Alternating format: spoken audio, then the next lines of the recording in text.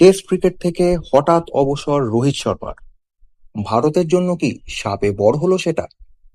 ধোনির নেতৃত্বে লাল বলের ক্রিকেটে অভিষেক হয় রোহিত শর্মার 2013 সালে। আগ্রাসী ব্যাটিংয়ের জন্য মিডল অর্ডারে পরিচিত নাম ছিলেন তিনি। অভিষেকেই জোড়া শতক হাঁকানো রোহিত শর্মা 2021 সালে পাকাপাকিভাবে 3 ফরম্যাটের জন্য ভারতের অধিনায়ক হিসেবে নথিভুক্ত হন। সাদা বলের ক্রিকেটে সাফল্যের পাশাপাশি লাল বলেও তার থেকে চাহিদা ছিল অনেক।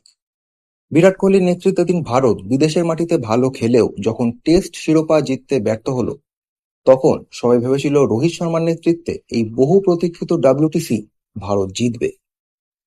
কিন্তু বিরাট কোহলির নেতৃত্বে ভারত ফাইনাল অবধি পৌঁছচ্ছিল, রোহিত শর্মার নেতৃত্বে ভারত সেই ফাইনালটুকু পৌঁছতে পারল না।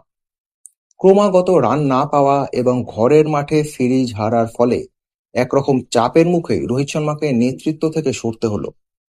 তবে কি এখানেই শেষ? না, সাদা বলে তিনি এখনো থাকবেন, তবে লাল বলে আর নয়। সময় কারোর জন্য থেমে থাকে না। ভবিষ্যতের অধিনায়ক ভারতের হাতে রয়েছে। আগামীতে ভারত লাল বলের ক্রিকেটে আবারও উজ্জ্বল হয়ে ফিরবে, এই আশা আমাদের সকলের।